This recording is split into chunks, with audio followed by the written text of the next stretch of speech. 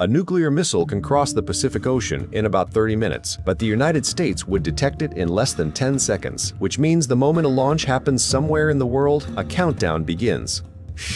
Satellites lock onto the heat of the rocket, radars track its path through space, and military leaders must decide what happens next before the missile ever reaches its target. Because once a ballistic missile is in the air, there's no turning it back. Only one question remains. Where is it going? It's 2:17 in the morning in Washington, D.C. Most of America is asleep. The streets are quiet, the Capitol dome glows softly in the distance. Inside the Pentagon, the night shift is routine. Radar screens flicker, analysts monitor data feeds from around the world, nothing unusual. And then, one of those screens lights up.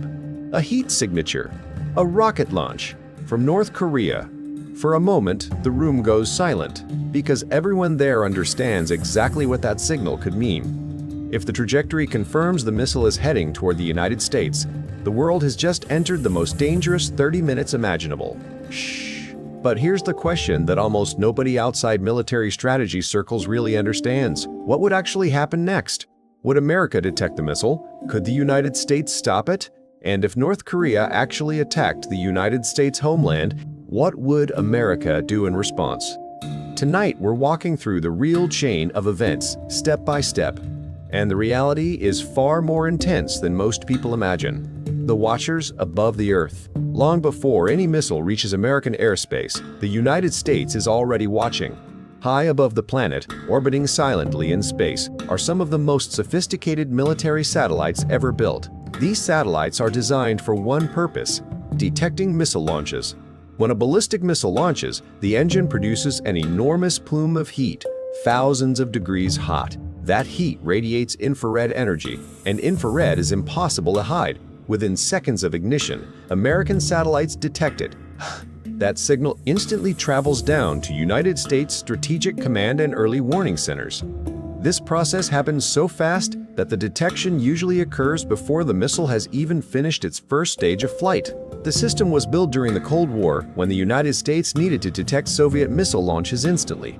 Today, it watches every potential nuclear threat on Earth, which means if North Korea launches a missile, America knows almost immediately.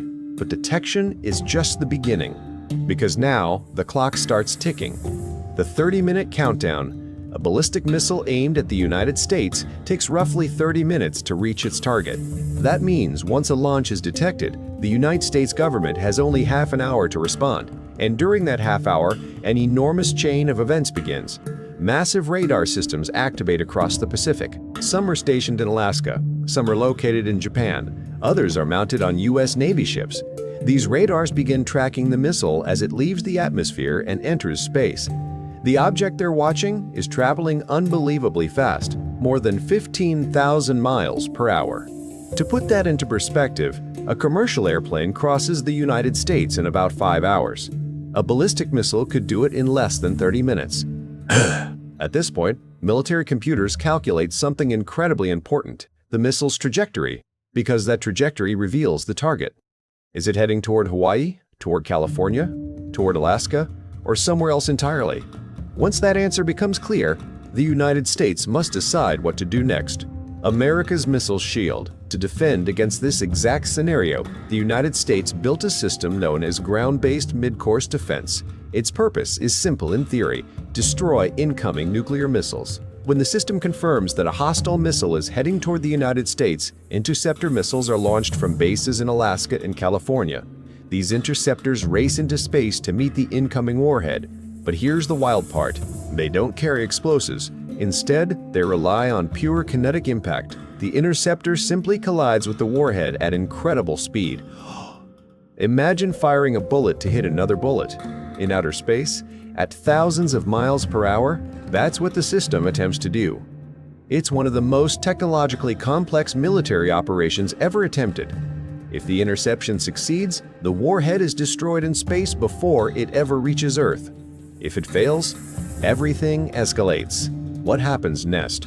Even if the missile is intercepted successfully, the situation is already extremely serious, because a nuclear attack attempt on the United States changes the global strategic picture instantly. American military forces would move to their highest readiness levels. Submarines carrying nuclear missiles would prepare for possible retaliation. Strategic bombers would move to operational positions.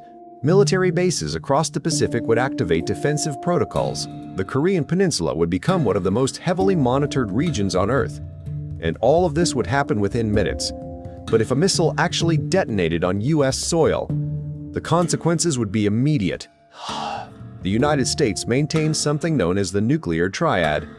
3 different systems capable of launching nuclear weapons: land-based missiles, strategic bombers, and submarine-launched ballistic missiles. The entire structure exists to ensure one thing: no nuclear attack on the United States can ever go unanswered.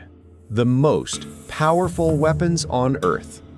The most survivable part of that system is the submarine fleet. Deep in the oceans, American ballistic missile submarines patrol quietly and continuously. They are among the stealthiest machines ever built. Each submarine carries multiple nuclear missiles, and each missile can travel thousands of miles. These submarines ensure that even if the United States were somehow attacked unexpectedly, retaliation would still be possible, which is the entire logic behind nuclear deterrence. The goal isn't to use these weapons. The goal is to make sure no one else does either. Why war is unlikely. This is where the strategic reality becomes clear. North Korea understands exactly how this system works.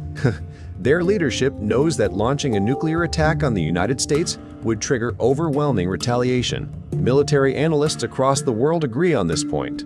Such an attack would almost certainly lead to the end of the North Korean regime, which is why the nuclear weapons North Korea possesses are primarily designed for deterrence. They exist to prevent invasion, to guarantee the regime's survival, not to start a war with the United States, because that war would be unwinnable, the real danger. But the existence of deterrence doesn't eliminate risk. The real danger lies in something far less predictable: human error, misinterpretation, escalation.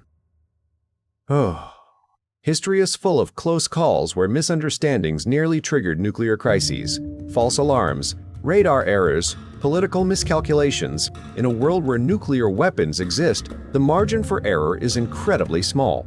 That's why global monitoring systems and diplomatic channels exist. Because the ultimate goal is not victory in nuclear war, it's preventing nuclear war entirely. Conclusion. So what would actually happen if North Korea attacked the United States? The answer is both terrifying and strangely stabilizing.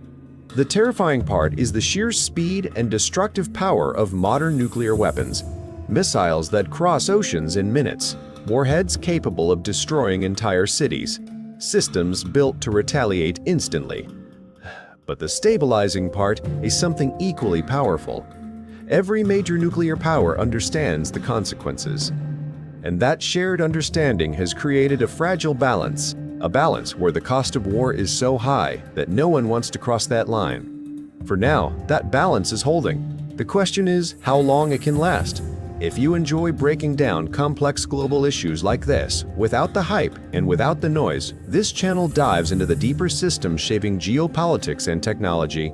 New investigations are coming soon, so if you want to stay ahead of the world's most important stories, you might want to keep an eye on this channel. And if this video gave you a clearer picture of how these global systems actually work, a like lets us know we should keep making more. Thanks for watching, and I'll see you in the next one.